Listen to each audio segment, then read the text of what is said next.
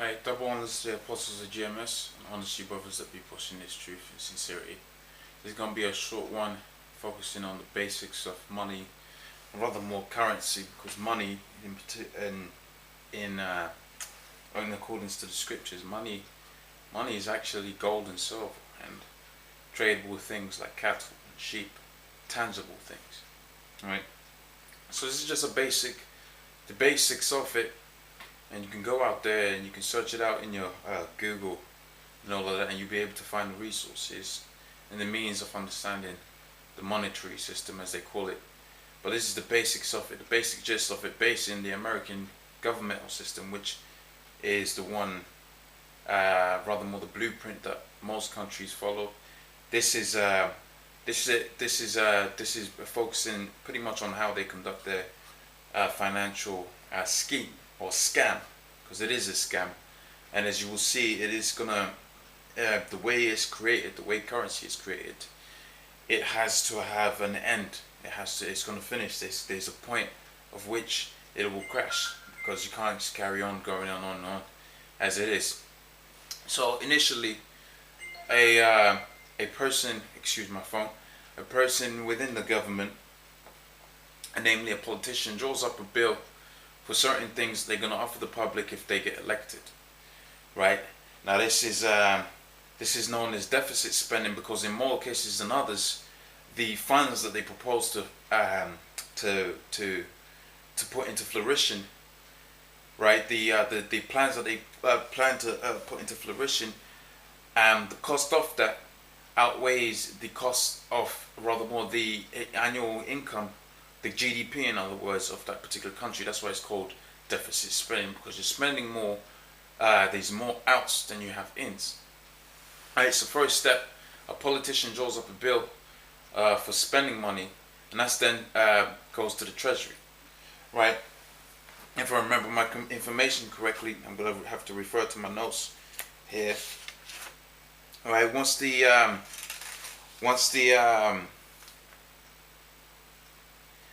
you have this bill that's been drawn up by the so-called politician, right? The country has to now spend more. It now has to spend more than its income, right? So the treasury draws up what's known as a bond. Now, a bond is a glorified IOU. In other words, it's a bill, right? It's a debt. In other words, and that bill, and that debt is sold off to the national bankers, the banking elites. It goes off to the national banking elites, what's known as a bond auction. Right, now once you have this bond auction, the rich bankers, the elite bankers, the so-called Jews, right, they then sell that bond, right, or part of it at interest, if I remember my correct information correctly, to the Federal Reserve. The Federal Reserve now has to pay for that bond.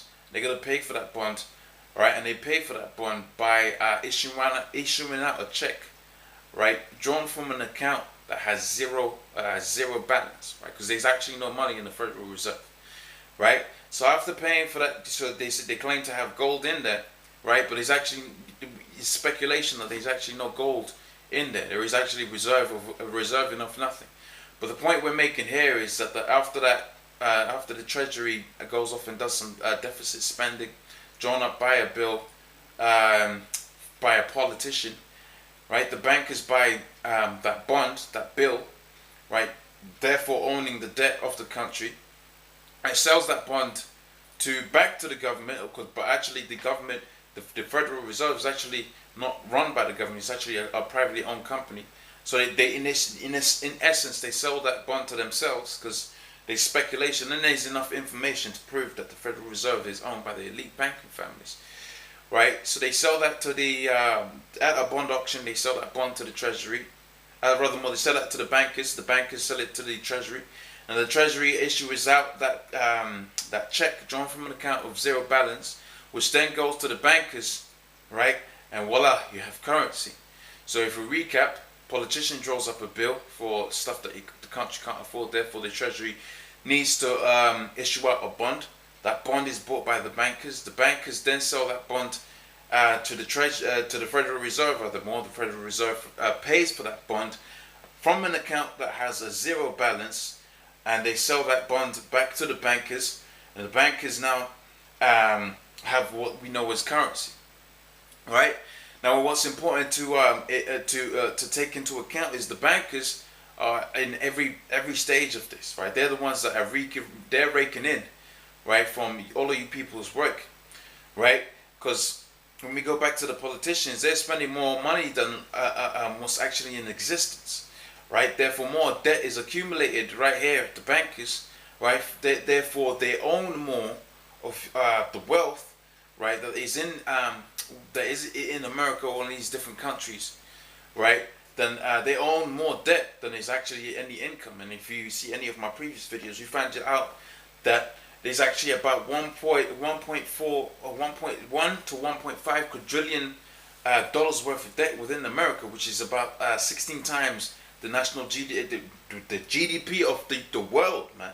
The GDP of the world, right? Which goes to show you, man, the America's done, man. America's finished, right? But now you have a case where the bankers have got that currency into existence. That currency is going to be then spent by the politicians, by the treasury, right, to pay you and I, right? Now this is where it gets a little bit fun and a little bit interesting, because you have what's known as fractional reserve banking, right? So you and I get paid for lack of a better example, you and I get paid £100, as you can see in the example that we have here, found on Google, right? Fractional reserve banking. That £100 has to go into an account. It gets deposited. All right. Now the 20%, and here in this example, this is a 20% reserve, of which is about, the example that I've used in previous cases is about 10%. Right. But nevertheless, using the 20%, which is twice as much as 10%, so taking £10 is 10% of 100, doubling it gives you 20%. 20%, which is £20, is reserved and it is held within the bank. So you deposit £100, the bank, a 20% reserve, issues out $80. It's loaned out, right? And you have actually got £20 in your account, $20 in other words, right? But actually, in existence, you now have this $100 that you see on your account. You also got this $80 that's been loaned out. Furthermore, the process continues to where you have the $80 then goes into somebody else's pocket, and they put that in somebody else's account. And when they deposit that $80, £16, which is the 20% of $80, $16, right, is then reserved, and another $64 is loaned out, and the process continues, right, to where you have a total amount of deposits at about $446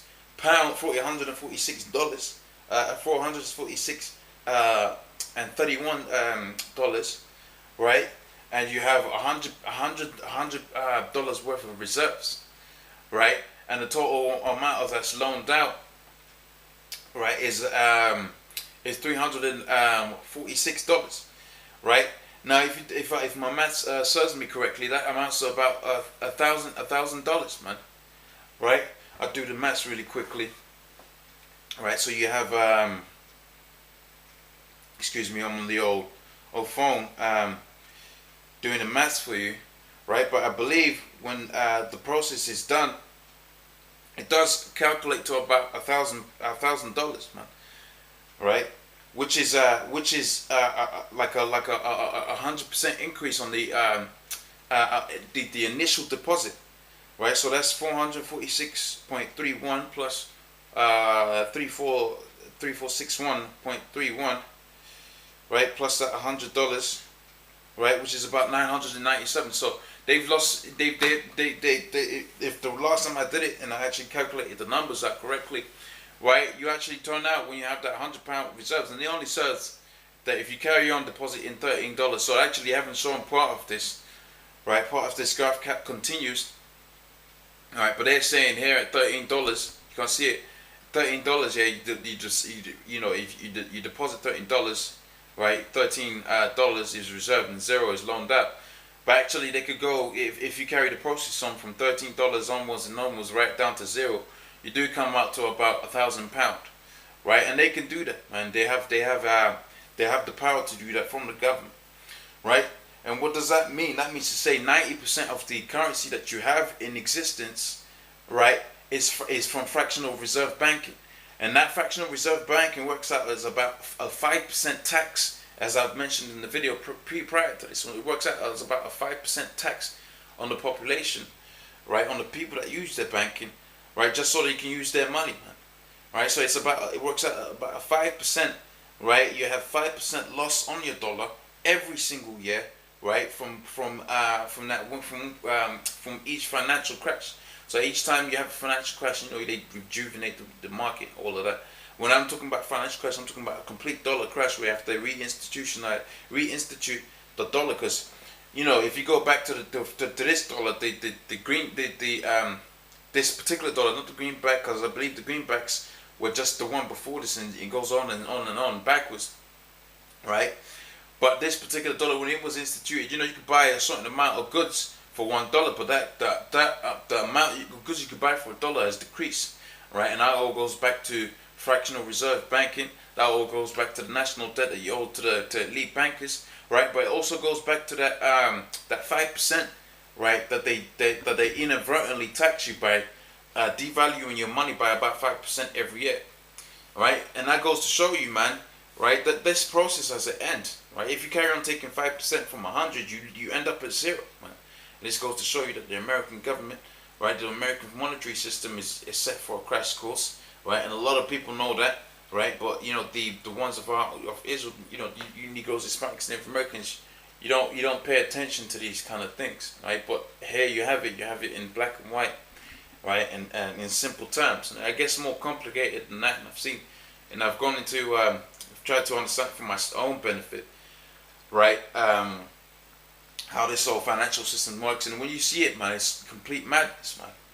Right? But pretty much with that, you know, Lord's willing, you know, you got the edification thereof, and I'll see you on the next one. Double one is Apostles of GMS, and all the brothers that be pushing this truth in sincerity. Shalom.